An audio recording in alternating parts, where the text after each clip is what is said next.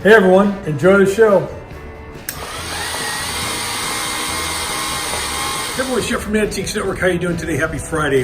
Really great offering here. This is a late 1800s Geo Blake's whiskey tin sign. These are one of the self-stamped signs that make it look like it's a framed unit. Actually is a frame, but it's been stamped into tin. These are very, very hard to come by. Very good shape. It's got great content. Dude sitting back, kicking back, smoking something and drinking his Geo Blake's whiskey. What is he smoking?